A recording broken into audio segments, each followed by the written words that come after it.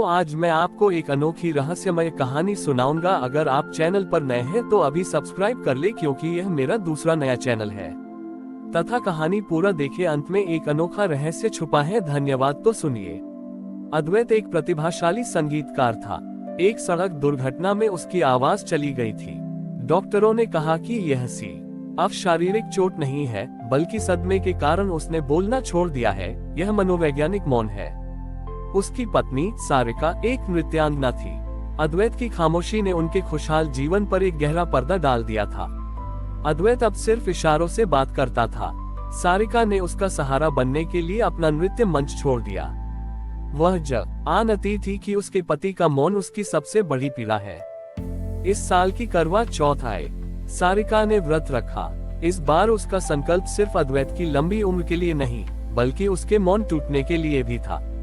दिन भर घर में अजीब सी शांति थी। सारिका ने उपवास में रहते हुए भी एक खास तैयारी की। उसने अपनी नृत्यशाला के एक कोने को सजाया। शाम को जब वह 16 श्रृंगार करके आई तो उसने कोई पारंपरिक गीत नहीं गाया, बल्कि अपने पति को इशारों की भाषा में समझाया कि वह उसे एक नृत्य श्रद्धांजलि देना चाहती है। अद्वैत शांत बैठा था। सारिका ने एक ऐसा गीत चुना जिसे उसने और अद्वैत ने उनकी शादी में एक साथ कंपोज किया था, मौन राग। सारिका ने नाचना शुरू किया। वह सिर्फ थिरक नहीं रही थी, बल्कि अपनी आंखों, हाथों और चेहरे के हर भाव से अद्वैत के प्रति अपने असीम प्रेम, उसकी पीड़ा और उसके प्रति अपनी आशा को व्यक्त कर रही थी। उसका नृत्य प्रेम का एक ऐसा प्रदर्शन था जिसमें कोई शब्द नहीं थे, फिर भी वह दुनिया की सबसे भावुक कविता लग रहा था। वह अपने नृत्य से अद्वैत से पूछ रही थी, कब बोलोगे मेरे प्रेम, कब टूटेगा यह मौन। जब सारिका अपने नृत्य के चरम पर थी, तभी चांद निकल आया। छत की खिड़की से चांद की रोशनी सीधे नृत्यशाला में पड़ी। सारिका रुकी। उसकी आंखें भर आईं। वह पूजा की थाली लेकर अद्वैत के पास आए। उसने छलनी से पहले चांद को देखा और फिर धीरे से छलनी अद्वैत के चेहरे पर लाए। अद्वैत की आंखें नम थीं। छलनी के पार से सारिका का चेहरा देखते ही कुछ टूट गया। ये वह मौन था जिसने पूरे एक साल तक अद्वैत को जकड़ रखा था। अचानक अद्वैत ने अपना हाथ बढ़ाया, छलनी पकड़ी और बहुत धीमी, टूटी हुई आवाज में महीनों बाद पहला शब्द बोला, सारिका। सारिका चौंक गई। उसके हाथ से छलनी छूटने लगी, पर अन्वेष ने उसे थाम लिया। उसने फिर से कोशिश की और इस बार स्वर थोड़ा स्पष्ट था, सा री गा। ये देखकर सारिका की आंखें खुशी से बह निकली। वह समझ गई कि अद्वैत का मौन टूटा नहीं है, बल्कि वह संगीत में लौट रहा है। अद्वैत ने अपनी उंगली से सारिका की हथेली पर एक धुन बनाई। सारिका समझ गई, ये वही धुन थी जिसे उन्होंने वर्षों पहले अपने प्रेम का प्रतीक बनाया था। अद्वैत ने पानी का गिलास उठाया और कांपते हाथों से सारिका को पानी पिलाया। उस रात करवा चौथ का चांद मौन तोड़ने का साक्षी बना।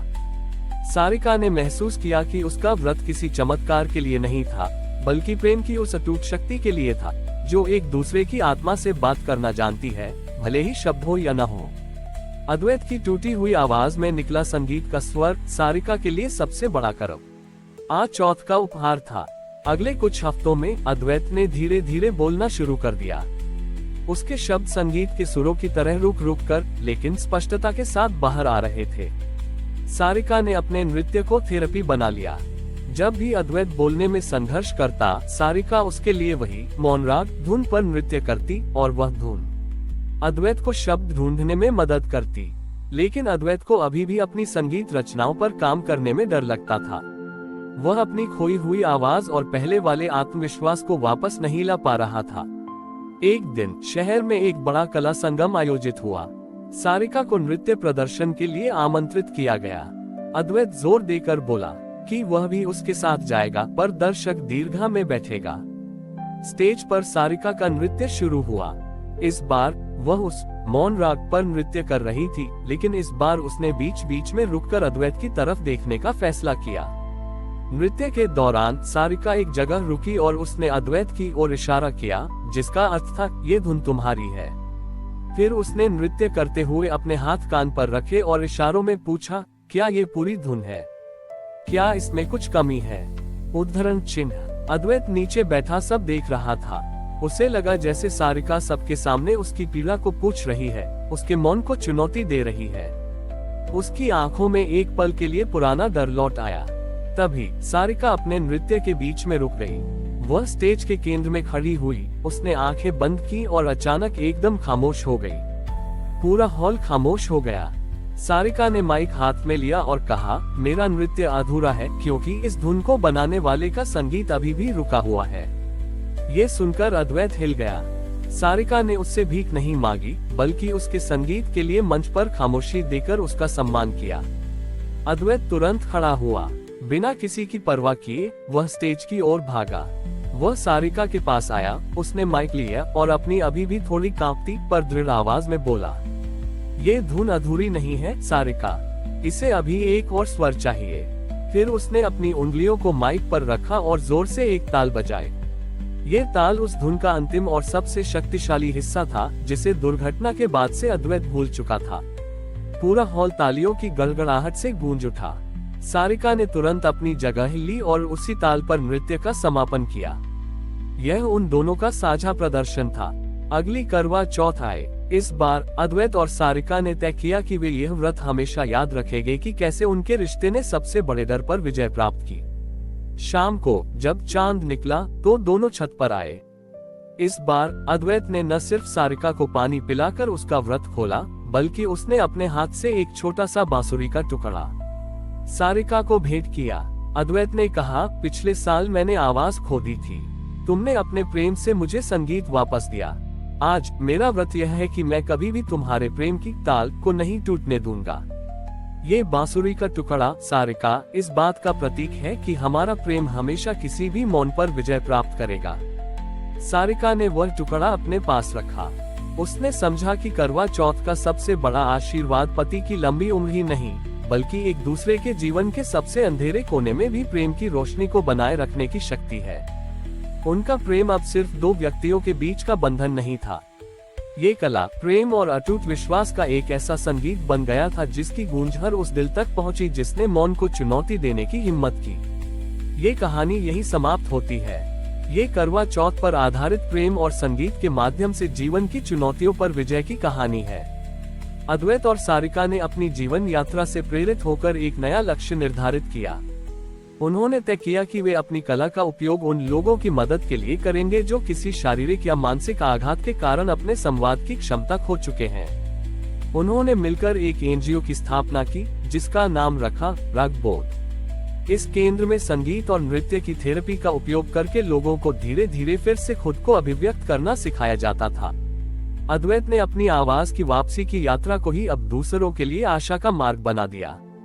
अगले वर्ष की करवा चौथ से कुछ दिन पहले रागबोध ने अपने छात्रों के लिए एक विशेष कला संगम का आयोजन किया। इसमें ऐसे छात्र शामिल थे जो सालों के मौन या डर के बाद पहली बार मंच पर आने की हिम्मत कर रहे थे। करवा चौथ की शाम जब चांद निकलने का समय हुआ तो यह कला संगम अपने चरम पर था। कार्यक्रम का समापन अद्वैत और सारिका के एक नए और संयुक्त प्रदर्शन से होना था। यह उनकी पिछली मौन राग धुन का एक विस्तार था जिसे उन्होंने नाम दिया था पूर्ण स्वर। स्टेज पर सारिका ने अपना नृत्य शुरू किया। ये नृत्य पिछली बार से कहीं ज्यादा मजबूत और आत्मविश्वास से भरा था। जब धुन अपने सबसे ऊंचे नोट पर पहुंची तो अद्वैत ने अपना बांसुरी का टुकड़ा जो उसने सारिका को उपहार में दिया था उठाया और उसे अपने होठों से लगाया। उसने अपनी आवाज में नहीं बल्कि उस बांसुरी के माध्यम से पूर्ण स्वर की मुख्य धुन को बजाया।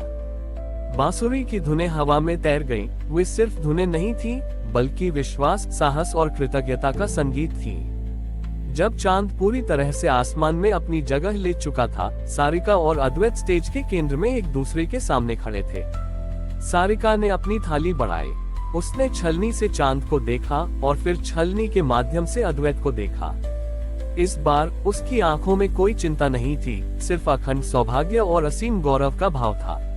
अद्वैत ने अपनी आवाज में बिना किसी हिचकिचाहट के सारिका का नाम लिया और उसे पानी पिलाया। अद्वैत ने माइक लिया और दर्शकों की ओर मुड़ा। उसने कहा, 1 साल पहले मेरा व्रत मौन था। सारिका का व्रत मेरे लिए शब्द लाने का था। आज हमारा व्रत उन सभी के लिए है जो सोचते हैं कि उनका स्वर खो गया है। प्रेम की सबसे बड़ी शक्ति यह नहीं है कि वह आपको मरने नहीं देता, बल्कि यह है कि वह आपको जीना सिखाता है। सारिका ने प्यार से अद्वैत का हाथ थामा। राग बोध के छात्रों और सभी उपस्थित लोगों ने खड़े होकर तालियां बजाईं। उन्होंने समझा कि करवा चौथ की कथा अब साहूकार के बेटों या चांद के धोखे तक सीमित नहीं है। यह आधुनिक प्रेम की कथा है, जहां पति पत्नी एक दूसरे की सबसे बड़ी कमजोरी को सबसे बड़ी ताकत में बदल देते हैं।